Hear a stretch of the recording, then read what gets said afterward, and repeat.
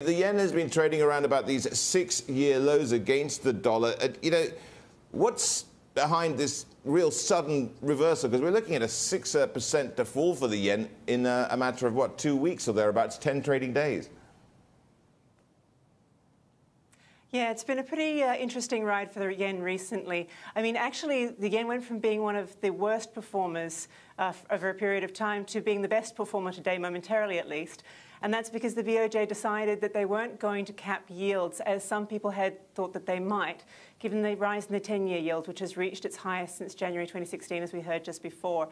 The BOJ didn't do that intervention, which briefly gave the yen a little bit of a respite.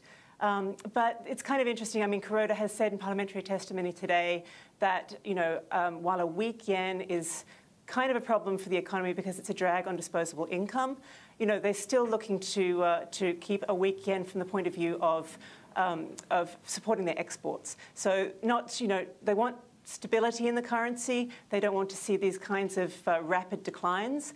But there's no sign of any sort of stronger intervention. And indeed, the yen has actually pulled off those highs for the day.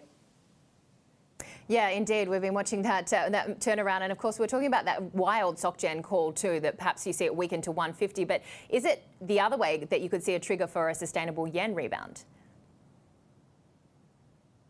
Yeah, it seems at the moment as if we've got the yen sitting pretty much where, I mean, that intervention was, verbally at least on the part of Kuroda, seems to have, given a little bit of a bounce for now. And we know, obviously, in 2015, Kuroda very successfully stemmed a decline in the yen. But at this point, it's sort of hard to tell whether or not you're going to see much of a yen strengthening from here. It's a pretty big call, 150, so, we'll see.